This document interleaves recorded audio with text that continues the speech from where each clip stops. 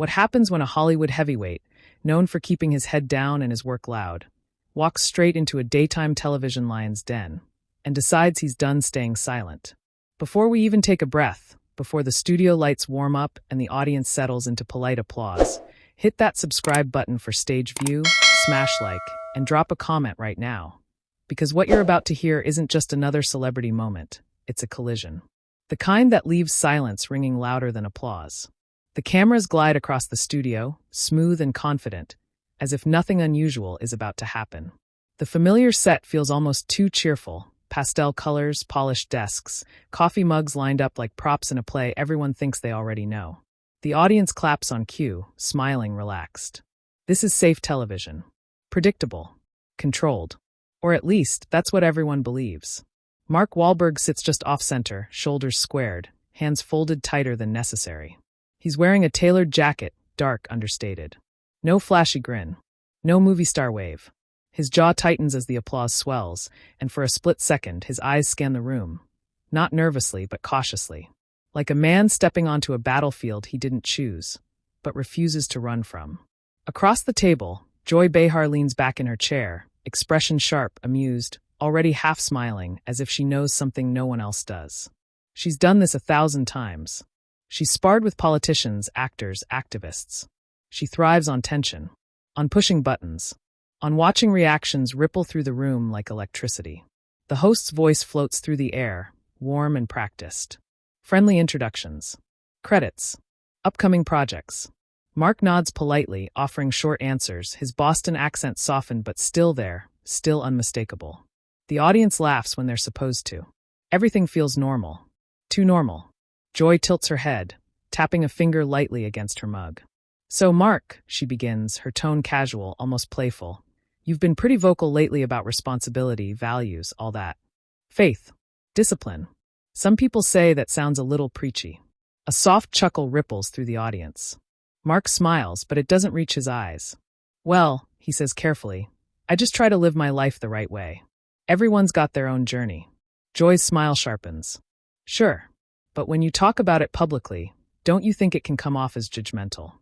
Especially coming from someone with, let's say, a complicated past." There it is. The room shifts. You can almost hear it, the subtle intake of breath, the collective lean forward. Mark's fingers flex once, then still. His eyes drop briefly to the table, as if he's choosing his next step with surgical precision. "I've never hidden my past," he replies. Calm. Measured. "I've worked hard to move forward." Joy nods, but she's not done. "Right, but some people might say you're rewriting history. Cleaning it up. Acting like you've always been this role model." A murmur runs through the crowd. Mark looks up now. Really looks at her. "No," he says, voice firmer. "I've never said that." Joy raises an eyebrow. "Well, it's how it sounds to some." Silence hangs for half a second too long. The other hosts glance between them, sensing the tension, sensing the line that's being approached, then stepped on. One of them shifts in her seat, ready to jump in if needed, but Mark speaks first. "I talk about growth," he says. "About owning your mistakes. That's not rewriting anything." Joy leans forward now, elbows on the table. "But don't you think there's a bit of hypocrisy there? Telling people how to live when I've messed up?" Mark cuts in, still controlled, but now there's steel under the words.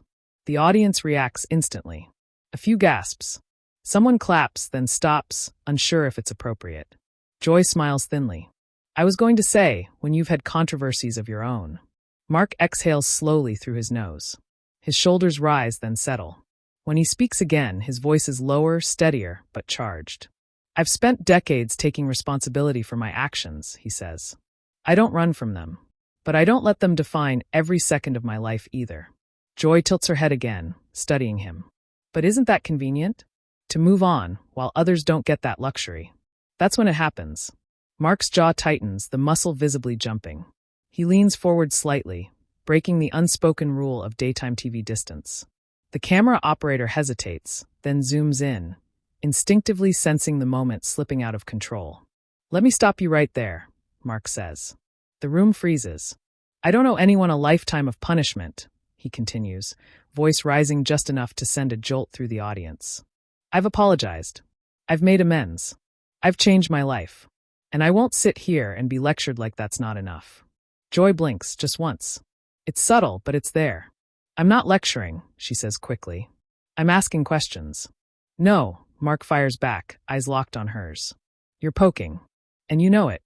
The audience erupts, half applause, half shocked murmurs. A producer's voice crackles faintly in the host's earpiece. This is not the plan. This is not the segment they rehearsed. Joy laughs lightly, trying to regain control. Well, this is a talk show. Poking is part of the job. Mark doesn't laugh. There's a difference, he says, between conversation and disrespect. The word hangs heavy in the air. One of the co-hosts jumps in, voice bright but strained. Okay, let's take a breath. But the tension doesn't break. It coils tighter.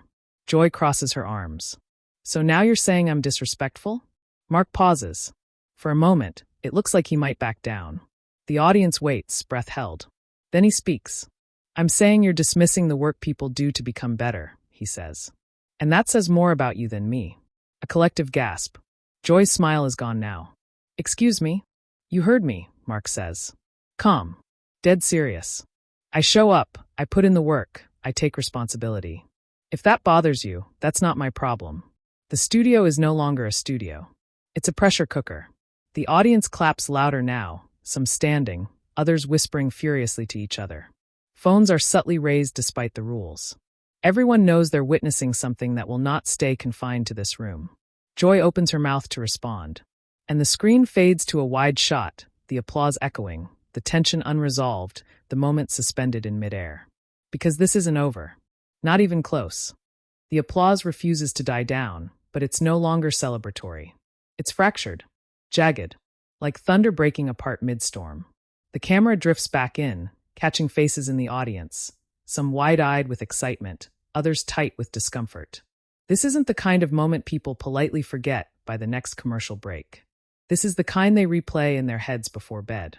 Mark Wahlberg sits back in his chair, chest rising and falling slower now, as if he's forcing his pulse to obey him. His hands rest on the table again, but they're no longer folded. One palm is flat, grounding himself. The other curls slightly, fingers pressing into the polished surface. Across from him, Joy Behar adjusts her glasses, lips pressed together in a line that says she's calculating her next move. She's been in heated exchanges before. She's weathered storms live on air. But this is teeth. The co-host who tried to intervene clears her throat again, smiling too brightly. Well, emotions are clearly high, she says, glancing toward the camera as if it might rescue her. That's what happens when we talk about growth and accountability, right? A few nervous laughs ripple through the audience. Joy doesn't look away from Mark. I'm not dismissing growth, she says, her voice measured but firm. I'm questioning the narrative. When celebrities talk about redemption, it often comes with privilege. Mark nods once. That's fair, he says. The audience leans in. This is unexpected. I won't pretend privilege doesn't exist. Joy's eyes narrow slightly. Then you understand why some people feel rubbed the wrong way. Yes, Mark replies. I understand why people feel things. That doesn't mean they're right about me. A murmur runs through the crowd again. Joy tilts her head. So you're saying critics are just wrong? I'm saying, Mark answers slowly, that people see a snapshot and think they know the whole movie. The audience reacts with a soft, ooh. Joy smiles, but it's tight. Clever line. But this isn't a movie, Mark. Real people were affected. Mark's expression hardens, not angry, but resolute. I know that better than most. There's something in his voice now. Something personal. Something raw. You think I wake up proud of my worst moments? He continues. You think I don't carry them with me? The room goes quiet. Even the cameras seem to still. Joy hesitates. Just for a fraction of a second. I'm not saying that. But you're implying it, Mark says. And that's the problem. One of the producers gestures frantically off camera, signaling for a pivot. The director's voice whispers through headsets. Change the subject. Soften it. Move on. The host in the middle tries again. Let's bring it back to your new film. No, Joy says suddenly. The word slices through the air. She turns fully toward Mark now. If we're going to have this conversation, let's have it. The audience gasps. Someone claps instinctively, then stops. Mark meets her gaze. I agree. Joy folds her hands. You talk a lot about discipline, about faith, about being an example. Do you ever worry that it sounds like you're telling others what they should be doing? Mark doesn't answer immediately. He looks out at the audience instead. Faces of all ages. All backgrounds. Watching him. Judging him. Maybe seeing themselves in him. I talk about what saved me, he says finally. Not what should save everyone. Joy leans back. But when someone with your platform speaks, it carries weight. People listen. And that's exactly why I won't pretend I'm perfect, Mark shoots back. I show up early. I work hard. I stay focused. Those are facts. If that inspires someone, good. If it annoys someone, I can't control that. Joy lets out a short laugh. You make it sound very simple. It's not simple, Mark says, voice tightening. It's brutal. That word lands heavy. I had to rebuild myself from the inside out, he continues. No one sees the nights you don't sleep. The guilt. The fear that no matter how far you go, someone will always drag you back to who you used to be. The audience is dead silent now. Not a cough. Not a whisper. Joy looks at him, something unreadable crossing her face. But isn't that the price of public life? Mark nods. It is. And I pay it. Every day. Then he leans forward again, just slightly. But there's a difference between accountability and condemnation. The audience erupts, this time louder, more unified. Applause rolls like a wave. Some people stand. Others clap with hands pressed tight, faces intense. Joy waits for the noise to die down. When it does, she exhales. So what would you have me do differently? Mark doesn't hesitate. Ask with curiosity, not judgment. The words hit like a challenge. Joy's lips part, then close again. She nods slowly. Fair. The tension eases, but only a little. Like a storm moving offshore, still close enough to feel. The middle host jumps in fast, sensing the opening. Okay, let's take a moment. Joy raises a hand. One more thing. The audience groans softly, already knowing what's coming. Joy turns back to Mark. Do you believe everyone deserves redemption? Mark's answer is immediate. Yes. No exceptions. Joy presses. Mark's eyes don't waver. None. A beat. Joy studies him. Even people who don't show remorse? Mark inhales deeply. Redemption doesn't mean erasing consequences, he says. It means believing change is possible. The audience reacts again, some clapping, some shaking their heads. Joy sighs, leaning back. We may disagree on how that looks. Mark nods. That's okay. For the first time, there's a hint of mutual respect in the air. Fragile. Temporary. The director finally cuts to commercial. The red light clicks off. But the moment doesn't end. The audience keeps buzzing, whispering, turning to each other with animated expressions. A few people mouth, that was wild. Others shake their heads in disbelief. Off camera, Joy removes her glasses, rubbing the bridge of her nose. Mark stays seated, staring at the table for a moment longer, as if replaying every word he just said. A producer approaches Joy, speaking in urgent whispers. Another checks on Mark, asking quietly if he's okay. He nods once, standing up, rolling his shoulders like a fighter between rounds. Because deep down, everyone knows this isn't finished. The cameras may be off, but outside the studio, the internet is already warming up. Clips are being cut. Tweets are being drafted. Sides are being chosen. And when the show comes back from break, the world will be watching differently, waiting to see who blinks first. When the cameras snap back on, the studio feels different, like the air has been drained and replaced with something heavier. Thicker. The audience settles, but not comfortably. People adjust in their seats, whispering behind hands, eyes darting between the table and the glowing red lights. Everyone knows they've crossed into unscripted territory now. The safe edges are gone. Mark Wahlberg stands for a moment just off camera, loosening his jacket, rolling tension out of his neck. A stage assistant murmurs something reassuring, but Mark barely hears it. His thoughts are loud. Too loud. Years of discipline tell him to breathe, to center himself, to stay present, but adrenaline doesn't disappear just because you ask nicely. Across the set, Joy Behar is already back in her chair, glasses on again, posture upright. She looks composed, but her fingers drum softly against her mug. A tell. Subtle, but there if you're watching closely. She's replaying the exchange too, measuring what landed, what didn't. The host in the middle beams at the camera with professional resilience. And we're back, she says brightly. That was a powerful conversation. The audience responds with hesitant applause. Joy turns slightly toward Mark. I want to be clear, she says, voice calm but firm. This isn't personal. These are conversations society needs to have. Mark takes his seat again. I agree, he says. but the way we have them matters. A ripple of murmurs runs through the crowd. Joy nods slowly. Fair enough. For a moment, it seems like the storm might finally pass. The co-host starts to pivot, mentions Mark's upcoming project, a quick clip queued up on the monitor. But then Joy speaks again. You know, she says, eyes forward. The reason people react strongly is because they see celebrities being forgiven faster than ordinary folks. Mark exhales, controlled but audible. I'm not asking for fast forgiveness, he says. I'm asking for honest acknowledgement of change. Joy turns fully to him. But who decides when someone's changed enough? The audience leans in as one. Mark doesn't answer right away. He looks down, then back up, meeting Joy's gaze. Time, he says. Consistency. Actions. Joy presses. And what if the public never agrees? Mark shrugs slightly. Then I keep doing the work anyway. That line lands hard. A woman in the audience whispers, Wow. Another nods slowly, eyes glossy. Joy studies him. You sound very sure of yourself. Mark smiles faintly. I had to become sure. The alternative was falling apart. The room goes quiet again. Joy's voice softens just a notch. Do you ever worry that talking about redemption centers your feelings more than the people who were hurt? The question hangs there, dangerous and delicate. Mark's jaw tightens, but this time there's no flash of anger. Just wait.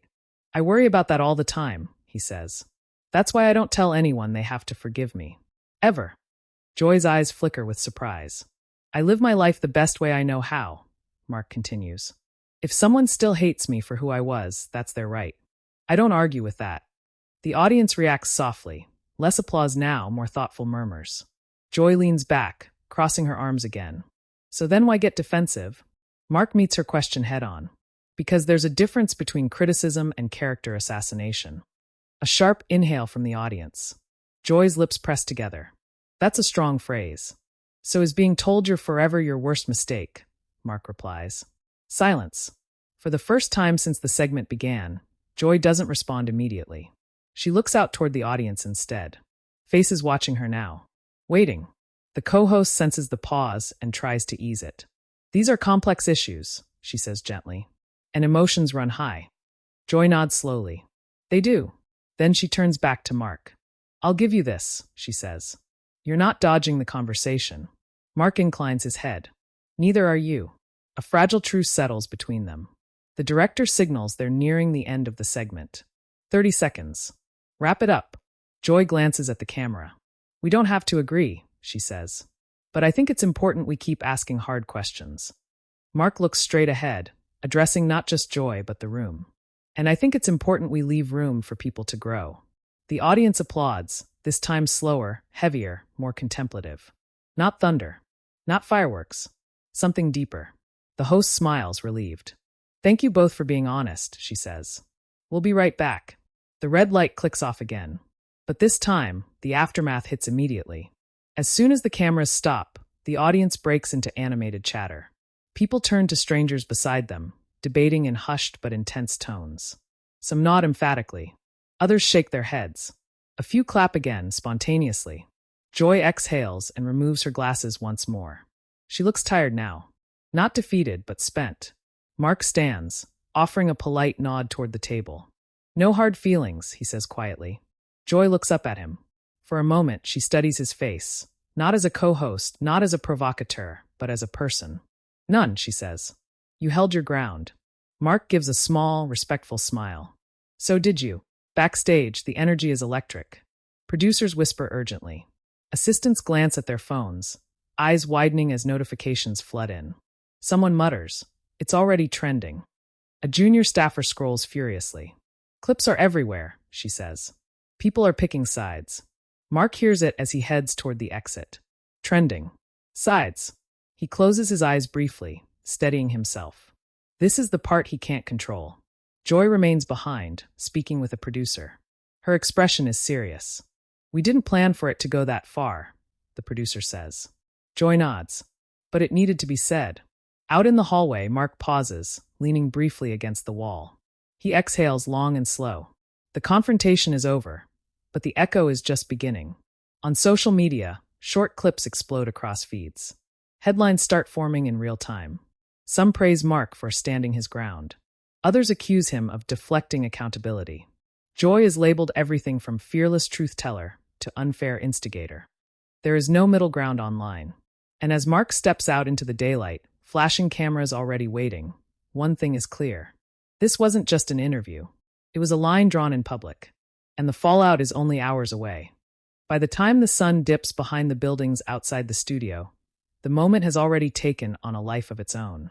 Inside newsrooms, producers replay the footage on loop. Phones buzz nonstop. Screens glow with paused frames of faces mid-sentence, jaws clenched, eyes locked, tension frozen in pixels. Someone titles a clip Mark Wahlberg snaps back on live TV. Someone else calls it Joy Behar challenges Hollywood redemption culture. The same 60 seconds cut 10 different ways, telling 10 different stories. By nightfall, it's everywhere. On social media, the comments pour in faster than anyone can read them. Some people type in all caps, fueled by adrenaline and certainty. Others write long threads, thoughtful and conflicted, admitting the exchange made them uncomfortable in a way they couldn't quite explain. Fans of Mark Wahlberg praise his composure, calling him real, accountable, human.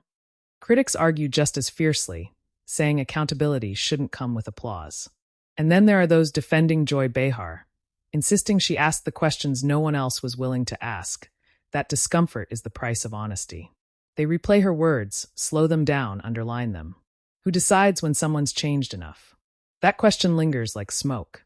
Talk shows dissect the exchange the next morning. Panels argue over tone, intent, power dynamics. Some hosts shake their heads, saying it went too far. Others lean forward, eyes bright, saying this is exactly what live television should be, raw, unpredictable, alive. Psychologists are invited on to talk about shame and growth. Commentators argue about redemption culture, celebrity privilege, public memory. No one agrees. In the middle of it all, Mark is back to his routine before dawn. Gym lights humming. Sweat dripping. The familiar rhythm grounds him as headlines scroll across a TV mounted high on the wall. He doesn't stop. He doesn't look away for long. This storm is loud, but it's not new. What's different is how deeply it's cutting into people on the outside. He knows that now. Across town, Joy sits at her kitchen table, coffee cooling beside her phone.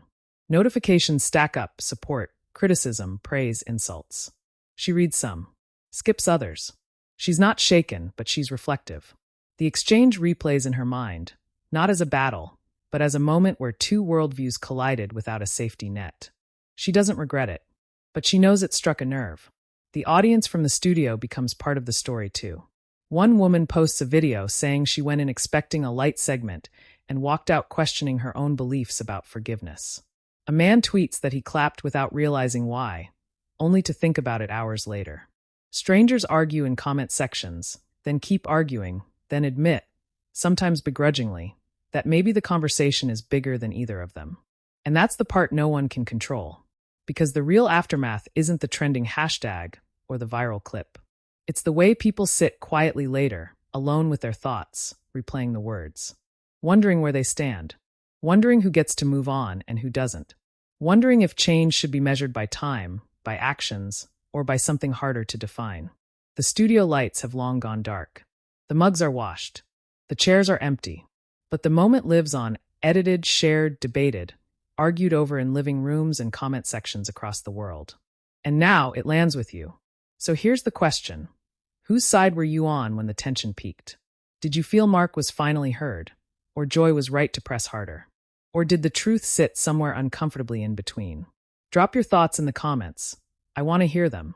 And if you want more explosive cinematic stories like this one, moments where the masks slip and the room holds its breath, make sure you subscribe to Stage View right now. Like the video, share it with someone who loves real drama, and stay tuned. Because the next confrontation is always just one question away.